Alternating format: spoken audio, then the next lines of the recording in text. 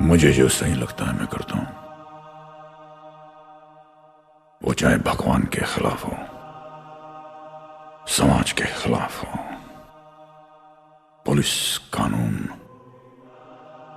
या फिर पूरे सिस्टम के खिलाफ क्यों ना हो।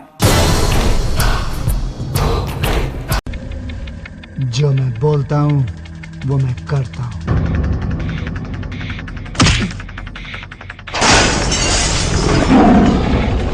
जो मैं नहीं बोलता वो मैं डेफिनेटली करता हूं।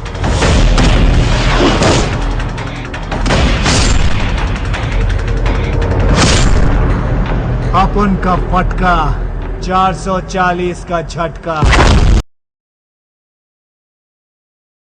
लो जी, तुम्हारी क्विज नंबर 20 का भी सॉल्यूशन है। जीन रेगुलेशन है यूकैरियोट्स का मतलब हमारी बात। लैक ओपन वाली कहानी यहाँ नहीं आती, यहां तो बात आती है हेट्रोक्रोमेटिन और यूक्रोमेटिन की स्टोरियां। क्वेश्चन नंबर पहला, जीन रेगुलेशन यूकैरियोट्स में किन बातों के द्वारा इन्फ्लुएंस हो सकता है? चलो सेब से समझ लेते हैं। अगर मैं सेब की पेड़ को उठा के कश्मीर से राजस्थान में उगा दूं तो क्या वहां सेब आएंगे? जीन तो तब भी है ना, एनवायरमेंटल कंडीशन असर डालती। क्या सेब का पेड़ छोटे से में ही सेब देना शुरू कर देता है? जब पेड़ ग्रो करता है, ओल्ड होता है, तभी तो सेब आता है। मतलब डेवलपमेंटल स्टेज पे भी जीन का एक्सप्रेशन है। यहाँ ये बात इंपॉर्टेंट है, सेब बनाने के लिए जीन एक्सप्रेस करेंगी तभी तो सेब बनेगा। सेब बनेगा कहाँ? स्टेम्स में या रूट्स में या पत्तों में? तो यानी कि भाई टिश्यू और सेल स्पेसिफिक भी कहानी है। तो फिर तो सारी बात ठीक हो गई ना। क्वेश्चन नंबर 2 है बेस्ट एक्सप्लेनेशन डीएनए मिथाइलेशन को लेकर, जो तुम आइडिया लगा सको कि डीएनए मिथाइलेशन और ट्रांसक्रिप्शन फैक्टर बाइंडिंग की स्टोरी क्या है। भाई तुम्हें याद होगा कि जब भी कभी डीएनए कॉम्पैक्टली पैक करना होता है तो डीएनए का मिथाइलेशन होता है, और मिथाइलेशन होने के बाद में MECP2 नाम के प्रोटीन आके बाइंड करते हैं। फिर वो HDAC टाइप के एंजाइम्स को बुलाते हैं और मिथाइल ट्रांसफरेज को बुलाते हैं। इन सबके काम करने की वजह से क्रोमेटिन कॉम्पैक्टली पैक हो जाता है। इतना पैक हो जाता है कि अब क्रोमेटिन अवेलेबल ही नहीं है बाइंड करने के लिए ट्रांसक्रिप्शन फैक्टर के द्वारा। तो अब इस इंफॉर्मेशन पे यहाँ की इंफॉर्मेशन चेक कर लो।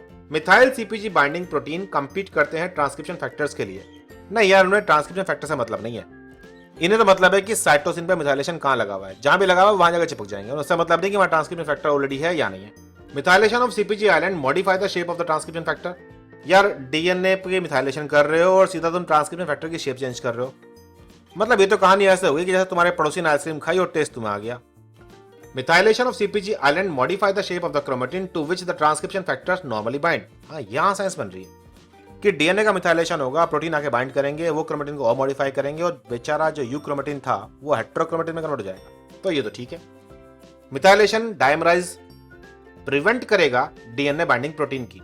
कर रहे हो डीएनए का मिथाइलेशन और डाइमरेशन पर असर डाल रहे हो प्रोटीन्स पर, तो ये भी तो गड़बड़ हो गई ना।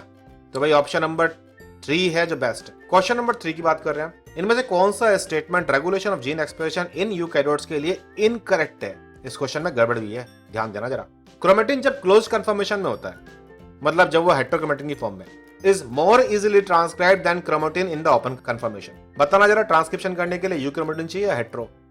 तो ये स्टेटमेंट हो गया इनकरेक्ट। पूछा हुआ ना यार उन्होंने इनकरेक्ट कौन सा है, तो पहले वाली बात है इनकरेक्ट होगी। Acetylated histones do not bind tightly to DNA as non-acetylated histones। यार डीएनए और हिस्टोन्स के बीच में जो इंटरेक्शन है, डीएनए का नेगेटिव चार्ज और हिस्टोन का पॉजिटिव चार्ज, उसी की वजह से इंटरेक्शन है। अगर हम हिस्टोन्स का एसिटाइलेशन कर दें तो हिस्टोन्स पर नेगेटिव चार्ज इंड्यूस हो जाएगा और तब वो डीएनए के नेगेटिव चार्ज से रिपेल करेगा और इसलिए कहानी ढीली हो जाएगी। तो ये बात भी ठीक है। ATP dependent chromatin remodelling enzymes can be recruited to a site of transcription by activator proteins.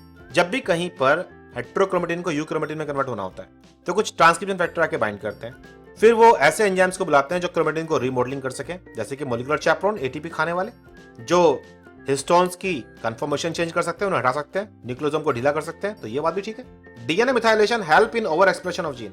अब बताओ भाई, डीएनए मिथाइलेशन से ओवर एक्सप्रेशन होता है या फिर अंडर एक्सप्रेशन?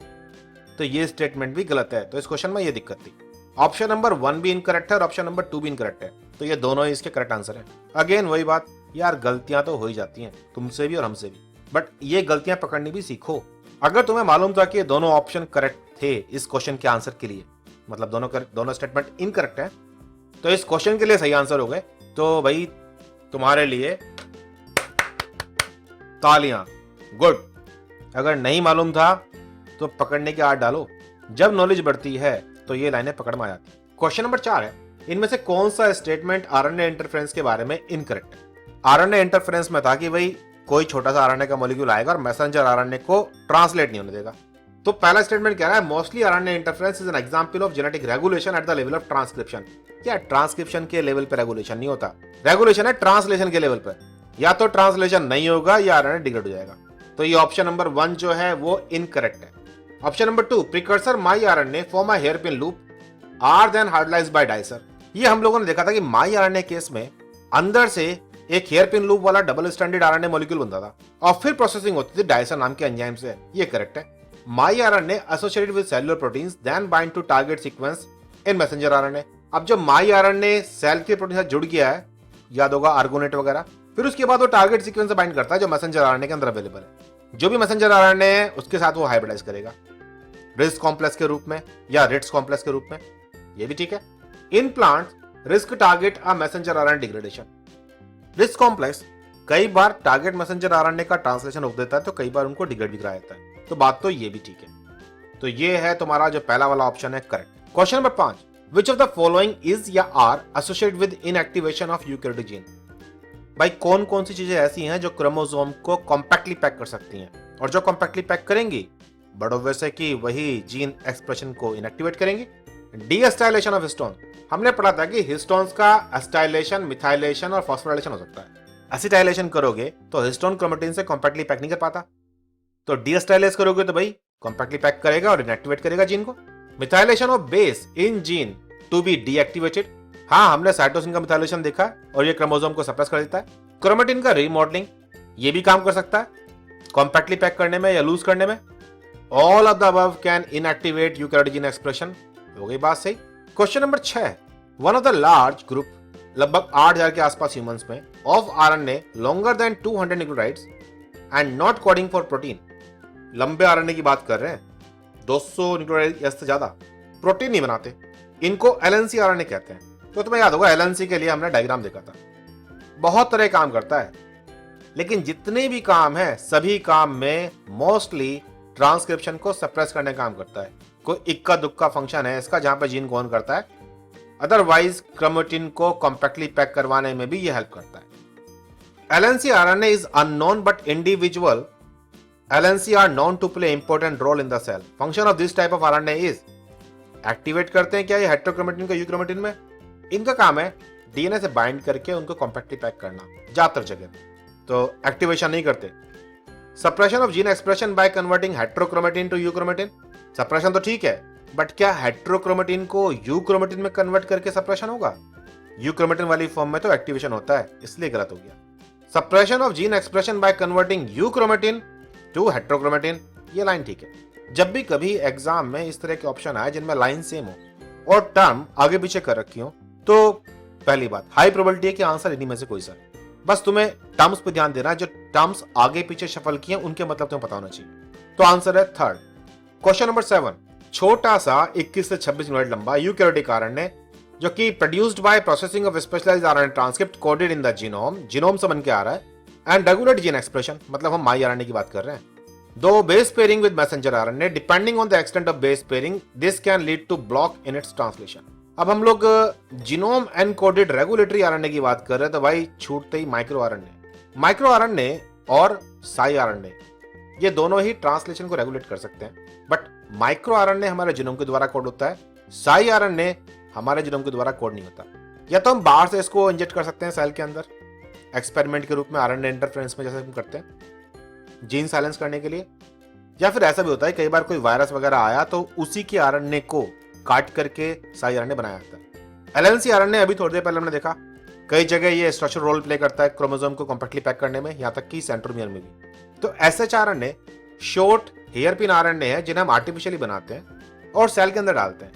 इन्हीं शॉर्ट हेयरपिन आरएनए को काट करके प्रोसेस करके साई आरएनए बनता है सेल के अंदर, हमारे जो लैब के अंदर एक्सपेरिमेंट्स होते हैं। एसएन आरएनए था स्मॉल न्यूक्लियर आरएनए जो कि मैसेंजर आरएनए की प्रोसेसिंग में पार्टिसिपेट करता है। तो आंसर है यहां पर सेकंड। न्यूक्लियोसोम इनहिबिट, न्यूक्लियोसोम क्या इनहिबिट करेगा? एक्टिवेटर्स को इनहिबिट करेगा या आरएनए पॉलीमरेज को या ट्रांसलेशन को या असेंबली ऑफ ट्रांसक्रिप्शन फैक्टर? भाई जब भी कभी न्यूक्लियोसोम की बात करो तो न्यूक्लियोसोम में डीएनए कॉम्पैक्टली पैक है, और डीएनए की जो सीक्वेंसेस थी वो छुपी हुई हैं। ये एक्टिवेटर, आरएनए पॉलीमरेज, ट्रांसलेशन, ये तो बाद की बातें हैं। पहली बात ये तो है कि खोलो सही डीएनए को, और खोलने के लिए चाहिए ट्रांसक्रिप्शन फैक्टर। तो अगर nucleosome already compact packed form में है तो ट्रांसक्रिप्शन फैक्टर उस पर असेंबल नहीं हो पाते। इसलिए तो जीन को ऑन करने का सबसे पहला स्टेप है कि जो कॉम्पैक्टली पैक्ड क्रोमेटिन है उसे ढीला कर दो, ताकि डीएनए खुल सके और दिख सके कि उसमें सीक्वेंसेस क्या है। Option number 4। Question number 9, most common form of gene expression regulation in both bacteria and eukaryote is. भाई दोनों की बात कर रहे हैं, बैक्टीरिया की भी और यूकैरियोट की भी।